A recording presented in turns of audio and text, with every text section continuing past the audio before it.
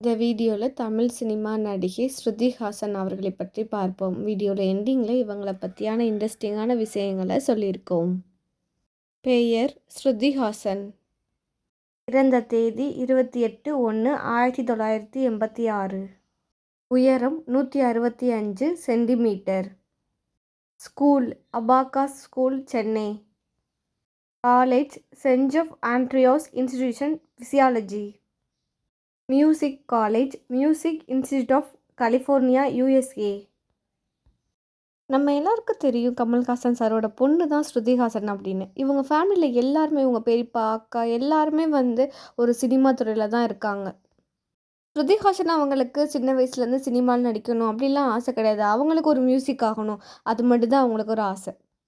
1992 தேவர்மான் படத்தில் கமல்ஹாசன் சார் நடிச்சிருந்தாங்க. அந்த படத்தோட இசையமைப்பாளர் நம்ம இளையராஜா சார் தான். கமல் சார் இளையராஜா சாரோட ஆஃபீஸுக்கு ஸ்ருதி ஹாசன் அவங்கள கூட்டிகிட்டு போகிறாங்க. அப்போ ஸ்ருதி அவங்களுக்கு 3 வயசு தான் ஆகுது. இளையராஜா சார் கேட்டிருக்காங்க, பேரில் ஸ்ருதி வச்சுட்டு ஸ்ருதிக்கு பாட தெரியுமா அப்படின்னு சொல்லிட்டு கமல்ஹாசன் சார்கிட்ட கேட்டிருக்காங்க. அதுக்கு கமல்ஹாசன் சார் கொஞ்சம் நேரம் யோசிச்சிருக்காங்க. அது ஸ்ருதி தான் சொல்லியிருக்காங்க, பாட தெரியும் அப்படின்னு சொல்லிட்டு விளையாட்டாக சொல்லியிருக்காங்க. அந்த படத்தில் இளையராஜா சார் நீ பாடுமா ஸ்ருதி அப்படின்னு சொல்லிட்டு ஒரு பாட்டை பாட வச்சுருக்காங்க. அந்த படத்து மூலியமாக தான் ஸ்ருதிஹாசன் அவங்களுக்கு இசை மேலே ரொம்ப ஆர்வம் நம்ம கற்றுக்கிட்டா இசை கற்றுக்கணும் அப்படின்னு சொல்லிட்டு நினச்சிருக்காங்க.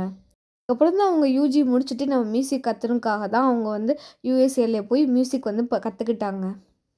இவங்க காலேஜ் படிக்கும்போது தான் இவங்களுக்கு தெலுங்கு இண்டஸ்ட்ரியில் கால் பண்ணுறாங்க. இது மாதிரி நீங்கள் சினிமாவில் நடிக்க வரணும் அப்படின்னு சொல்லிட்டு. அதுக்கப்புறம் இவங்களும் சரின்னு சொல்லிட்டாங்க. சரின்னு சொன்னதுக்கப்புறம் தான் இவங்களுக்கு அதுக்கப்புறம் மறுபடியும் ஹிந்திலேருந்து மூவி பண்ணாங்க. அதுக்கப்புறம் தான் நம்ம தமிழ் இண்டஸ்ட்ரிக்குள்ளே இவங்க வந்தாங்க. எல்லாருக்கும் தெரியும் உன்னை போல் ஒருவன் படத்தில் கமல் சாரோட சேர்ந்து ஸ்ருதி பாடியிருப்பாங்க. ஆனால் அந்த படத்தோட மியூசிக் டைரக்டரே நம்ம ஸ்ருதிஹாசன் தான்.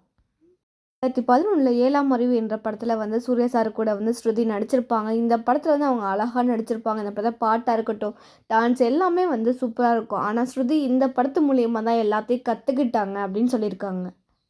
2012 3 என்ற படத்தில் நடிச்சிருந்தாங்க. இந்த படம் எல்லாருடையும் ரொம்ப ரொம்ப ஃபேவரட்டான படம்னு கூட சொல்லலாம். ஏன்னா அந்த அளவுக்கு இந்த படம் அவ்வளோ அழகாக இருக்கும். எல்லாத்துக்குமே ரொம்ப ஃபேவரட் இந்த படம்.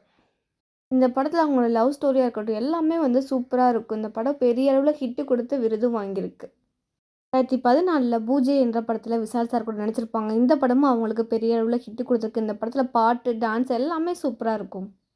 2015 வேதாளம் என்ற படத்தில் அஜித் சார் கூட ஸ்ருதி நடிச்சிருப்பாங்க. இந்த படமும் அவங்களுக்கு வெற்றி பெற்றிருக்கு.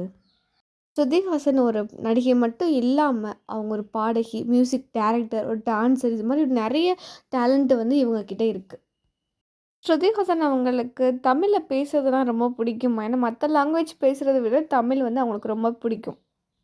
அவங்க 3 இண்டஸ்ட்ரியில் சூப்பராக மூவி பண்ணிக்கிட்டு இருக்காங்க. எல்லாமே அவங்களுக்கு சக்ஸஸாக வந்துக்கிட்டு இருக்குது. தமிழ், ஹிந்தி, தெலுங்கு. இவங்களை பற்றி இன்னும் இன்ட்ரெஸ்டிங்கான விஷயம் தெரிஞ்சுக்கணும் அப்படின்னா கீழே டிஸ்கிரிப்ஷனில் லிங்க் இருக்குது, கிளிக் பண்ணி பாருங்கள்.